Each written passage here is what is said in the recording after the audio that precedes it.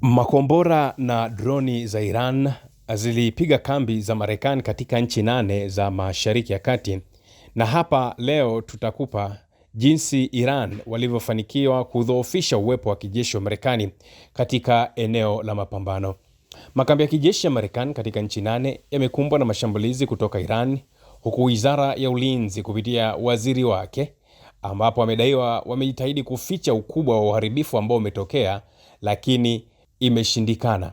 Picha na ushahidi wa uharibifu ambao umesababishwa kwenye miundombinu ya kijeshi ya Marekani katika ukanda wa Ghuba zinaendelea sasa hivi kujitokeza licha ya Washington kukiri kwamba vituo vyake vililengwa katika nchi kadhaa. Taarifa za vyombo mbalimbali zinaeleza kuwa kambi 16 za Marekani zilishambuliwa, huku Pentagon ikionekana kupunguza au kuficha athari halisi za mashambulizi hayo. Ndani ya masaa machache baada ya Marekani kuanzisha operation ambayo ilipewa jina la Operation Epic Fury tarehe 28 Februari 2026, Iran ilijibu kwa mashambulizi ya kulipiza kisasi dhidi ya kambi za kijeshi za Marekani kote Mashariki ya Kati, ambapo maafisa wa Marekani walithibitisha kuwa maeneo mengi yalilengwa, huku kambi ya Prince Sultan nchini Saudi Arabia ikionekana kuwa kitovu cha mashambulizi hayo, huku kukiwa na wingu la udhibiti wa taarifa, kwa maana ya Marekani pamoja na Israel walikuwa wanafanya kitu kinaitwa censorship kwenye news au kwa maana ya udhibiti wa taarifa. Dalili zilionekana kuwa uharibifu unaweza kuwa mkubwa zaidi kuliko ambavyo imekuwa ikiripotiwa na Marekani.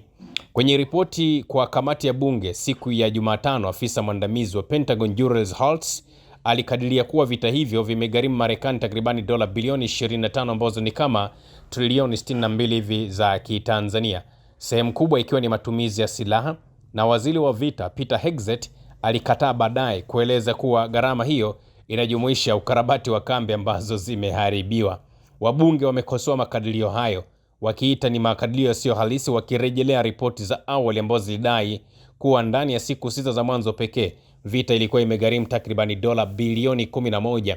Kwa hiyo wabunge wa Marekani wenyewe wanasema Marekani kupitia waziri wa vita Peter Hegseth hawatakiwi kudanganya umma wa Marekani kwamba vita hiyo haikuwa gharimu fedha nyingi. Iliwagharimu fedha nyingi, na hata hizo dola bilioni 25 wanasema ni fedha ndogo sana, kwa sababu katika kipindi cha muda mfupi sana, kwa maana ya siku 6 za mwanzo, Marekani walikuwa wametumia takriban dola bilioni 11, na imagine wamepigana au wamekaa katika vita kwa muda wa zaidi ya siku 60, afu wanasema wametumia takriban dola bilioni 25, jambo ambalo wabunge wa Marekani wamesema kamwe hawakubaliani nalo. Na wanasema wabunge wa Marekani wenyewe wanasema kuna uwezekano mkubwa kwamba Marekani imetumia zaidi ya dola bilioni 40 mpaka bilioni 50 ukijumuisha ukarabati wa miundombinu ya kijeshi ambayo imeharibiwa.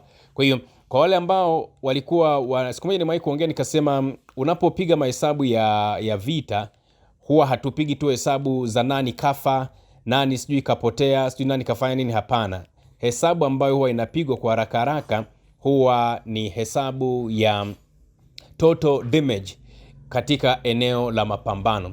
Unaweza of course unajua huwezi kulinganisha uhai wa mwanadamu na kitu chochote kile, lakini katika swala zima la vita huwa tunaangalia sana sana total damage na mtu ambaye amepata madhara.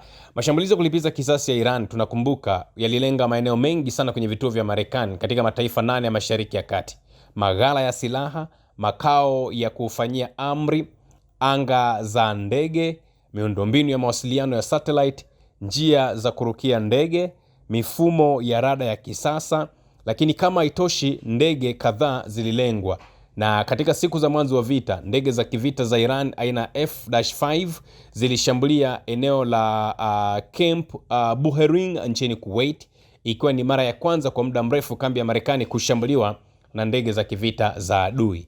Lakini kampuni ya Planet Labs ambayo ina makao yake makuu pale California ilichelewesha sana utoaji wa taarifa za nini ambacho kilitokea, sana sana kuchapisha zile picha za satellite kwamba hasara ambayo wameipata, na walitoa ndani ya muda wa siku 14, na lengo ilikuwa ni kwamba wanajaribu kutoa taarifa kwa kuchelewa ili kuzuia matumizi ambayo yameweza kutumiwa na Iran pamoja na mataifa mengine ambayo ni mahasimu wa Marekani. Lakini utawala wa rais wa Marekani Donald Trump uliomba kampuni hiyo pamoja na makampuni mengine kuzuia uchapishaji wa picha za maeneo muhimu wakati wa vita. Hata hivyo, baadhi ya picha zilivuja zikionyesha wazi uharibifu katika vituo vya kijeshi vya Marekani.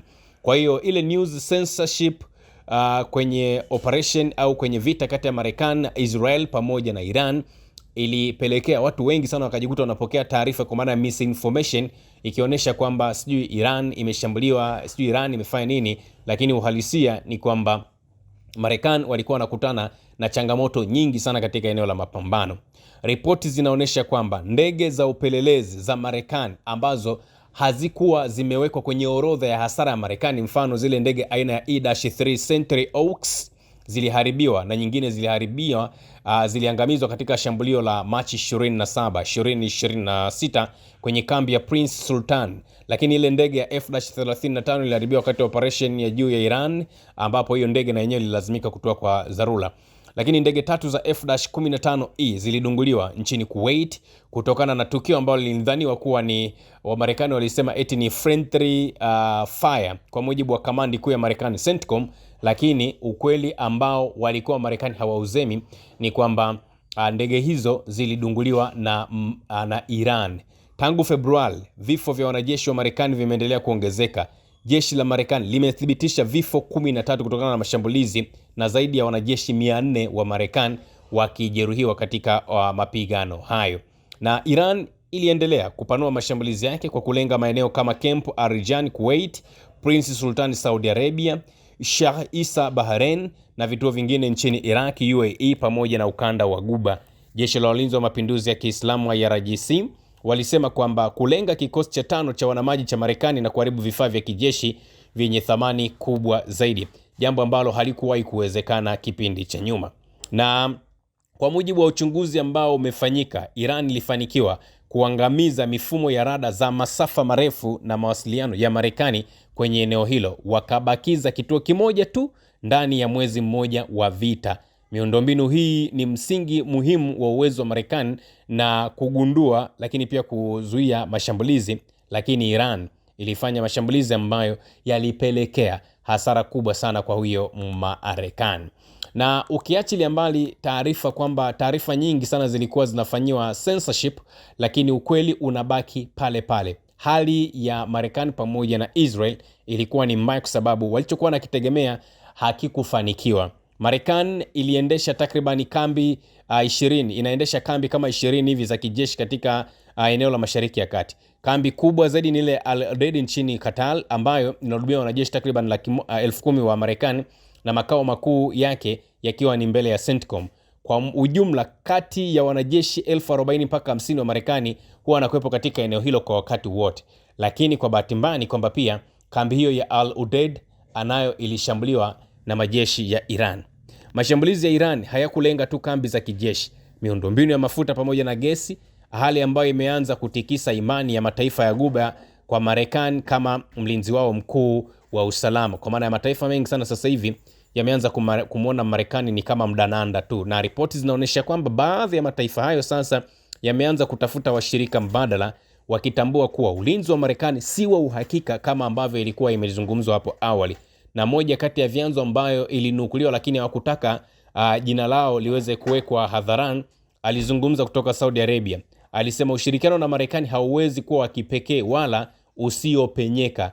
Yaani kwa maana ya kwamba Marekani katika vita hivi ambavyo imeanzisha na Iran, mataifa mengi ambayo yalikuwa yanamuona Marekani kama kiranja wa dunia, yalikuwa yanamuona Marekani kama kiongozi mlinzi namba 1 wa dunia, na yenyewe sasa hivi yanasema hapana, si tena kama ambavyo walikuwa wanafikiria. Baadhi ya mataifa yanafikiria kufanya biashara ya mafuta kwa kutumia sarafu ya China yuan kutokana na athari za kiuchumi ambazo zimesababishwa na mivutano hiyo. Kwa hiyo ukikaa na mtu unaona mnaelezana kuhusiana na kile ambacho kilitokea kati ya Marekani pamoja na Iran, basi ni lazima awe ni mtu ambaye ana uwezo mkubwa sana wa kukuelezea ukweli wake.